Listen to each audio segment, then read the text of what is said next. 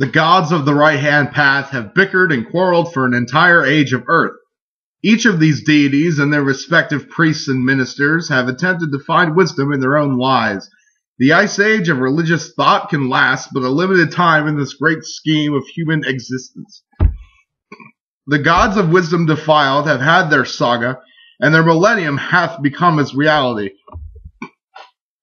Each with his own divine path to paradise hath accused the other heresies and spiritual indiscretions.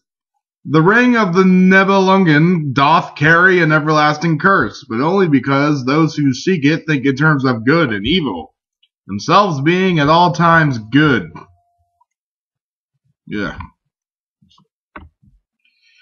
The gods of the past have become as their own devils in order to live. Feebly, their ministers play the devil's game to fill their tabernacles and pay the mortgages on their temples. Alas, too long have they studied righteousness.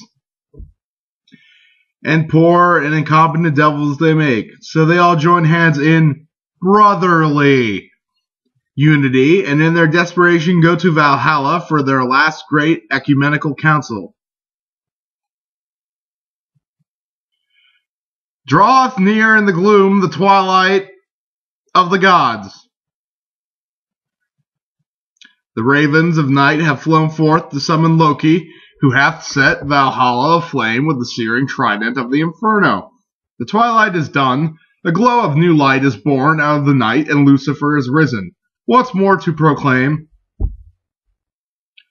This is the age of Satan. Satan rules the earth. Damn.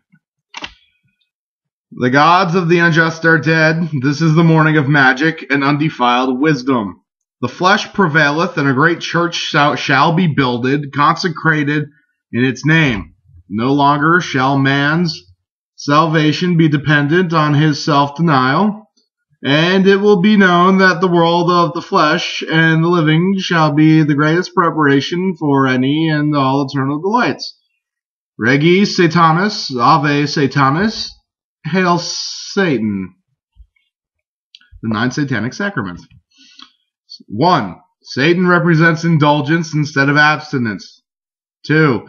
Satan represents vital existence instead of spiritual pipe dreams.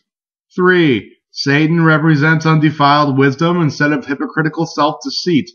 4. Satan represents kindness to those who deserve it instead of love wasted on ingrates. 5. Satan represents vengeance instead of turning the other cheek. 6. Satan represents responsibility to the responsible instead of concern for psychic vampires. Satan represents man as just another animal, sometimes better, more often worse, than those that walk on all fours, who, because of his divine, spiritual, and intellectual development, has become the most vicious animal of all.